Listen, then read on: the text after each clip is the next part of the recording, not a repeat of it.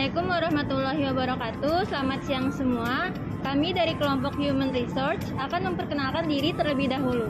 Perkenalkan, nama saya Marina Skahadiana dengan NIM 17096222071. Saya Wiwit Aulia dengan NIM 17096222081. Dan saya Azra Maisa Putri dengan NIM 17096222037. Saya Anissa Sari dengan NIM 17096222028. Saya Sapnada Gastuti dengan NIM 1709622023. Di sini kami akan mewawancarai pelaku UMKM di bidang elektronik yang menerapkan pemasaran digital. Sebelum itu kita pahami terlebih dahulu yuk apa itu pemasaran digital. Cekidot! Oke, teman-teman pasti udah nggak asing dong dengan yang namanya digital. Apalagi zaman sekarang. Di era revolusi industri 4.0 ini, segala kegiatan pasti udah berbentuk digital, termasuk pemasaran. Tapi teman-teman tahu nggak sih pemasaran digital itu kayak gimana? Nah, di kesempatan kali ini kita bakal ngebahas secara singkat apa sih yang dimaksud sama pemasaran digital itu. Pemasaran digital sendiri merupakan kegiatan pemasaran produk yang menggunakan bantuan teknologi digital. Apalagi kita tahu ya kalau teknologi ini bakal terus berkembang hingga kapanpun. Jadi kalau misalnya nggak dipakai dan dimanfaatkan itu bakal sia-sia banget teman-teman. Makanya kita harus manfaatkan dengan sebaik-baiknya ya. Nah, dengan teknologi digital ini sebenarnya sangat membantu para pengusaha buat memasarkan atau lebih tepatnya mengenalkan produk yang mereka jual kepada calon konsumen. Dan biasanya banyak banget media-media yang bisa digunakan sebagai perantaranya, contohnya seperti internet, media sosial, dan sebagainya. Di samping itu, pemasaran secara digital juga bisa membantu penjual dalam menganalisis perilaku calon konsumen nih teman-teman. Jadi, penjual bisa mengetahui feedback seperti apa yang diberikan oleh calon konsumen dengan mudah. Apalagi sekarang udah banyak banget platform untuk kegiatan jual beli seperti Shopee atau Tokopedia. Nah, untuk feedback yang diberikan itu bakal dijadikan bahan untuk diskusi lebih lanjut oleh penjual teman-teman. Hal tersebut perlu dilakukan untuk menentukan bentuk promosi ke depannya agar produk yang mereka jual bisa diminati dan menarik perhatian calon konsumen. Selanjutnya, pemasaran digital juga punya beberapa kelebihan loh. Pertama, penyebaran yang cepat. Karena media digital ini sudah tersebar di mana-mana dan sudah digunakan oleh banyak orang, pastinya informasi yang diunggah ke internet akan diterima oleh pengguna dengan cepat teman-teman. Contohnya, kayak kita lagi mencari informasi suatu kejadian, pasti di internet bakal langsung ada sejumlah informasi dari kejadian itu sendiri. Nah, sama halnya ketika kita ingin mencari produk di internet, bahkan kadang kalau kita lagi nggak mencari produknya, malah tiba-tiba muncul di beranda media sosial kan? Kedua, proses evaluasinya yang mudah. Dengan adanya media digital ini memudahkan penjual dan calon konsumen untuk menilai promosi mana yang baik dan mana yang buruk. Bagi penjual, mereka bisa mengetahui apakah promosi tersebut perlu diperbaiki atau tidak. Sedangkan bagi calon konsumen, mereka bisa memikirkan terlebih dahulu untuk membeli produk yang ditawarkan, sehingga nantinya tidak terjadi penyesalan karena sudah beli. Ketiga, jangkauan yang lebih luas. Dengan media digital membantu promosi dari produk layanan yang dibuat bisa dijangkau di mana aja nih teman-teman. Jadi kita nggak perlu transport dari satu tempat ke tempat lain lagi buat nyebarin informasi produk atau layanan. Tinggal unggah di internet, klik-klik, udah deh bakal dilihat oleh banyak orang. Apalagi media digital ini kan skalanya luas ya teman-teman. Jadi nggak perlu khawatir kalau produk yang ditawarkan itu cuma sampai di satu tempat aja, karena akses dari media digital ini sendiri sudah mendunia nih teman-teman. Keempat, murah dan efektif. Seperti yang kita tahu ya teman-teman, promosi secara tradisional itu sebenarnya lebih mengeluarkan budget yang besar, karena perlu menyiapkan media-media yang nggak mudah disusun atau dirakit. Apalagi promosi tradisional ini terkadang membutuhkan tenaga tambahan yang malah membuat anggarannya semakin besar. Tetapi dengan media digital, proses promosi bisa jauh lebih murah dan efektif, karena aksesnya yang mudah menjadikan penjual tidak perlu mengeluarkan biaya lebih untuk tenaga tambahan. Bahkan biaya anggaran yang disiapkan bisa dihemat sampai 40%.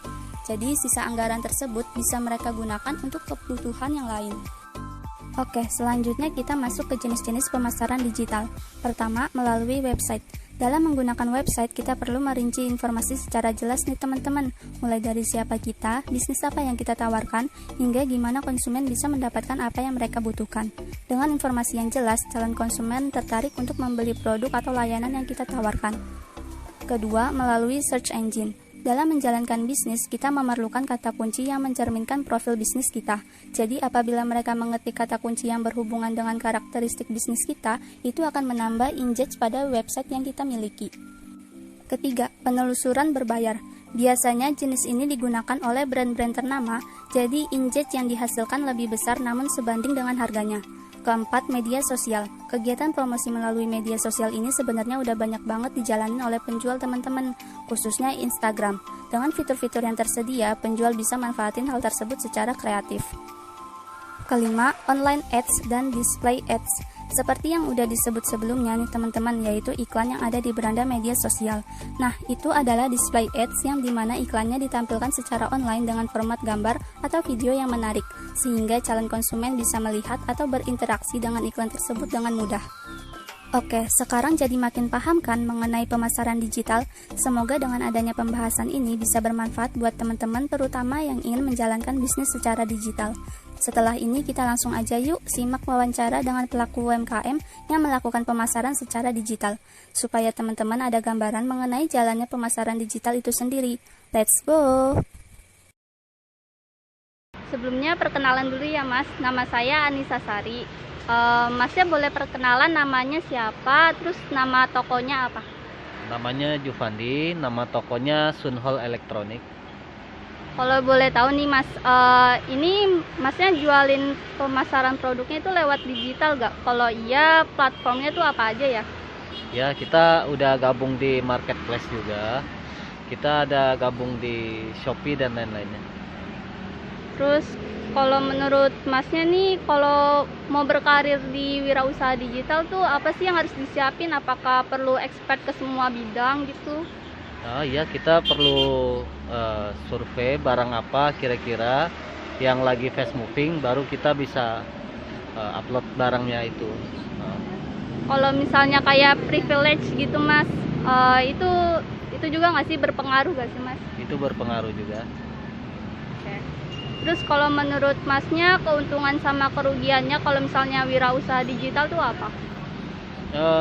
Keuntungannya karena kita bisa menjangkau lebih luas, lebih jauh. Kalau kerugiannya produk-produk untuk keasliannya masih diragukan sih. Terima kasih Mas. Kira-kira Bapak ada kesulitan tersendiri nggak sih saat membuka platform digital itu untuk usaha Bapak? Tidak sih, karena memang kita kan masih anak muda, jadi kita memang setiap hari mainnya di internet, jadi gampang.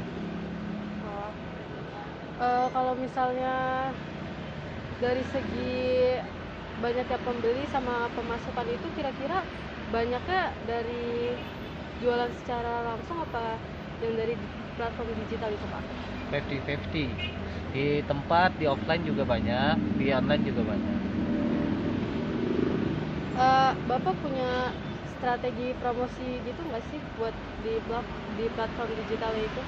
Di platform kita ada strategi promosi, kan semua marketplace sudah disediakan iklan dan lain-lain, afiliasi kan ada juga. Paling kita manfaatkan fitur-fitur mereka aja. Oke, pertanyaan dari saya tadi, perkenalkan lagi ya. Saya Sapna, melanjutkan pertanyaan yang tadi. Nah, sama sih peluang apa sih yang Mas dapatkan setelah menggunakan marketplace itu? Jangkauannya lebih luas. Lebih luas. Oke, apakah pas hari-hari besar ada nggak promosi di marketplace itu? Untuk ikutin campaign dan hari besar kita selalu ikut promosinya. Iya. Berarti customer lebih banyak nggak pas ada promosi? Setelah kita promosi ada peningkatan dari pembelanjaan customer dan viewernya. Nah, pada saat pandemi besar kemarin nih Mas, kan mau nggak mau kita harus menggunakan marketplace.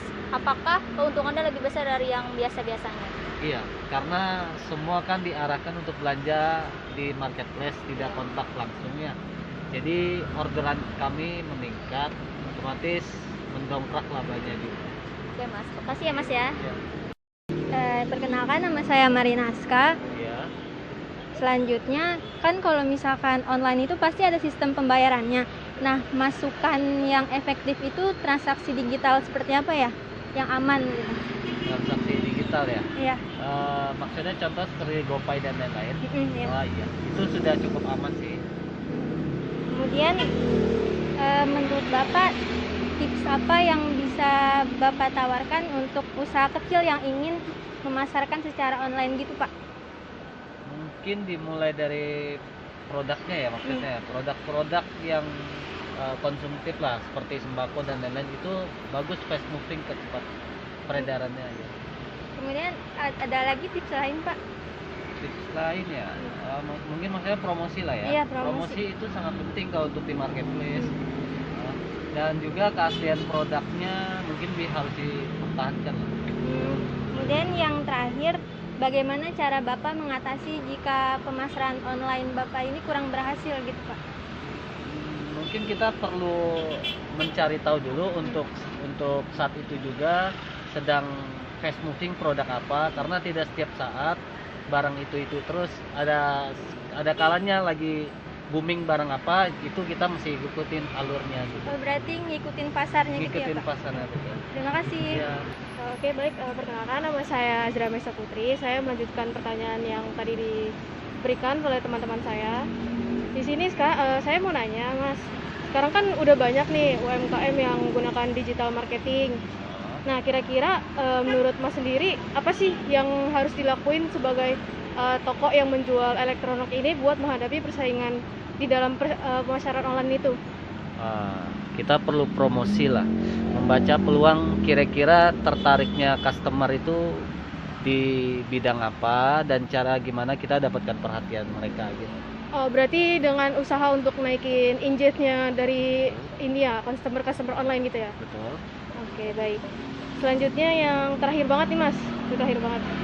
Kira-kira di antara semua platform yang Mas tahu nih dari digital marketing sendiri, yang sering Mas pakai itu buat kegiatan jual beli itu apa? Karena berhubung produk yang saya jual ini elektronik lebih ke laki-laki, jadi saya lebih fast moving di Tokopedia. Nah, tergantung marketnya apa. Oke, berarti selain elektronik yang laki-laki banget gitu kan, alasan lain milih platform Tokopedia itu apa, Mas?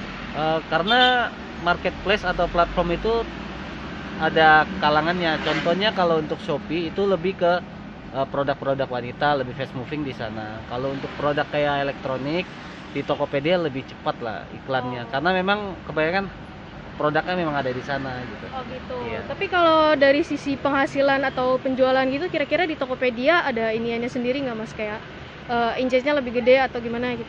Iya, tentu dari Tokopedia marketplace promosinya lebih besar, penanganannya juga lebih cepat. Baik. Oke, segitu aja, Mas. Oke. Terima kasih, mohon maaf mengganggu waktunya ya. Apa? Nanti kita ini lagi. Terima kasih. Oke.